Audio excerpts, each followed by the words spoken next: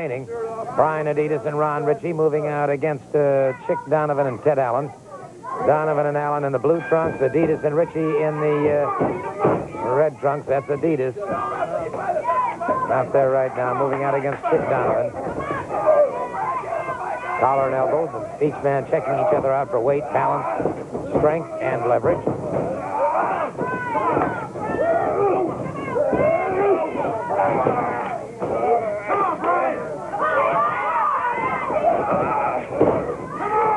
Good block by Donovan that time. And Donovan keeping that, and that time, he just got in behind his man, up and over, a rolling reverse. But look at Donovan roll right out of it. Good counter by Donovan. So, Adidas with the armbar. And the tag is made. Ted Allen. Okay, for television reservations, if you wish to, if you're going to be in Atlanta, the next time we are videotaping, we invite you to call 404-961-1649. 961-1649. If you have a group that's going to be anywhere near in the area, Boy Scouts, Cub Scouts, what have you, we welcome them as well.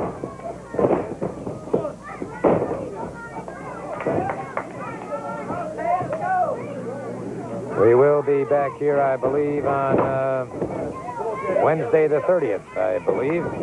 Check with my director and find out if that's correct, but I believe it is. Videotaping once again Wednesday the 30th of January. All right, tag is made as Allen had all he wanted right then and there and makes Chick Donovan move back into the ring. Come on, Chick, back it up. Ole Anderson has joined me, and Mr. Anderson, their long riders look like they're out to upset you if they can. Well, there's no question about the fact that they want those belts back. I was just thinking, talking to Thunderbolt back there just a minute ago and saying that those tag battle royals are still taking place in a lot of cities throughout the country. A lot of money up for grabs, and certainly those long riders will be after them, and Ritchie and Adidas will be after it. And I was really surprised watching this kid Star. I was wondering how a guy would be able to make it through the night wrestling two men. But he looks to be a real tough one. He does indeed. Of course, he had some ample backup there with one Bob Roop. And it's become pretty obvious that Roop is the man who brought Ron Starr in here. I must say, too, I was quite impressed with Doug Summers. Yeah, I tell you, you talked about Roop bringing Starr in. Roop talks about how he's got his battles with Ritchie, and he's instructed Starr that he's to go after Garvin at all costs. Well, I also see that you're talking about that Summers. I don't know quite where he fits in, but he looks like he could be a pretty tough one, too, especially if he started talking to the long riders and Bob Roop. Well, I remember when he first started out on the pro ranks, and some of his early training was at the hands of Harley Race. And the world heavyweight champion 7 times over, Mr. Summers has had some of the best background you could possibly ask for. So it's going to be interesting to see what direction he takes. Ritchie now posting that left arm and getting it into a hammerlock. Good reversal by Ted Allen. And he takes it into a snapmare, takes him to the canvas, lateral press. McPatrick watching now as Ritchie has a front chancery. Tag is made. Chick Donovan moves back into the ring. Donovan, tremendous physical specimen. Load up on the body by Donovan, trying to keep the ride going. A slip away and a reverse by Ron Ritchie. And Ritchie now has things more or less under control and going his way. Tag, switch him out. 1, 2, 3, 4. Bring it out the ring. All right. Referee warning him to separate and get outside of inside the ring if you're not tagged in. Ted Allen, full body slam on Ritchie. Time rapidly running out here. And it was Ritchie catching him and Ritchie clubbing away, but Ted Allen in trouble now. Again, the tag is made. Chick Donovan moves in, and time is going to run out. We may have a match here with time expiration.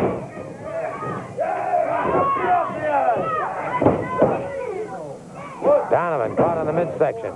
Ritchie catches him once again. Only seconds remaining now. And thus far, neither team able to pick up a pinfall or a submission hold. Our time is completely running out. Watch him as he comes off. Brings him up. Full slam.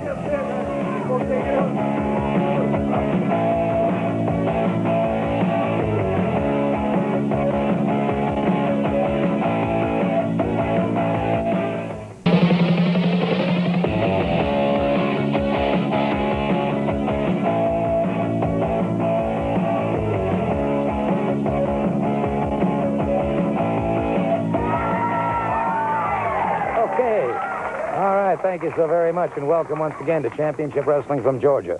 I'm Gordon Soley, your host, and during the next hour, we're going to be talking to, of course, Ole Anderson and Thunderbolt Patterson, the National Tag Team Champions. We've got an interesting incident coming up that occurred last week regarding Mr. Ox Baker and Ronnie Garvin. We'll talk more about that a little bit later on, and, of course, Ole Anderson back after... well, an extensive tour up where it's kind of cold. Oh, boy, you're right. You know, and, of course, I got my little suit on again, and I've got my tie, and I'm looking for Thunderbolt Patterson if he gets out here, because today he's going to be wrestling. I should have brought that belt out here, and maybe he will, but we've been defending those national tag team belts all over, and it really feels good to be able to see the people, of course, here, everywhere on tour, going up around Mansfield, or we were in Saginaw, we were up in Lansing, and we saw a lot of great people, and Tommy and I, and Bolt and Garvin and Ritchie. We all had a chance to meet them, sign autographs. We had a great, great time. And I think the only people that aren't really happy are guys like Bob Roop and Scott Hogg, maybe Ox Baker, a few like that. But I'm really not too concerned if they're not too happy. That's fine. Just stay unhappy, because we're going to try to make you real unhappy when we finally just run you right out. Interesting observation, and, well, wait just a minute. Ole Anderson, you stole the belt. Name right anyway, huh? Yes. You know, Where's your partner? No, we don't steal anything. You made Huh? a little bit. No, Yes. No, we don't steal. No, that's not the right word to use. What did you do then? You sure didn't beat me and my brother. What's the word that you and your brother always used to say? What is it? Beat him up? Yes. Well, that's but what that's we not did. what you Beat 'em you up. stole it. Beat 'em You up. stole it. You and your partner on here. The guy that I wouldn't even have as a partner. Hey, Ole Anderson, you two are finished. You and your partner are finished, and I'm going to make sure you look over your shoulders every time you're out somewhere, because I'm coming to get you. You, Ole Anderson, and you, Thunderbolt Patterson, because you stole those belts, and I'm coming after them. You two are finished. Finished, you understand? Okay. I guess you can join the club, huh? Well, one brother is no longer with the other. We're talking about Bill. Hurt, injured, coward, whatever it happens to be. I know this. Thunderbolt said it before. We don't steal anything. In wrestling, you work hard for what you get, and you have to win. You have to be able to beat somebody to get something. Bolt's carrying one of those tag team belts. We got it from beating somebody, not from stealing. And anytime you or anybody else wants to contest that point, that's what we're here for a contest. Get in the ring. Fair enough. And Thunderbolt, we're going to see you in a single match later on. That's true. Ole said that real well, because, you know, Gordon, this is what it's all about. The belts, and a lot of people don't like what has happened here in Georgia. Ole standing with me, and Ole and I going out beating them for the tag team championship. So it don't make any difference how they feel or what they think. We are the champions, and we will defend these belts anywhere, anytime. All they got to do is get in the ring, and I'm full, and Ole. Sounds fair enough to me, and I'll tell you what. The name on the marquee is wrestling. Let's go to the ring. Ball, 10-minute time limit now. Tommy Wildfire Rich moving out against George South. And it is Rich wasting no time. If I can interrupt you, Gordon Soley, that's right, the Hustle Rip Rogers right here. And you see me beat that Tommy Rich all over the place. Miss Brenda Britton tore him up. I tore him up. Bob Roop tore him up. We tore up the Italian Stallion. We tore up everybody. If there's enough time, I can beat Tommy Rich any time I want to. And I think I'll beat him right now if I want to run into his match right now. Well, I would refrain from that if I were you, Mr. Well, a pile driver by Tommy Wildfire Rich. I think I'll take him on right now, Gordon Solie. You want me in there right now, Rich? You want me in there right now, Rich?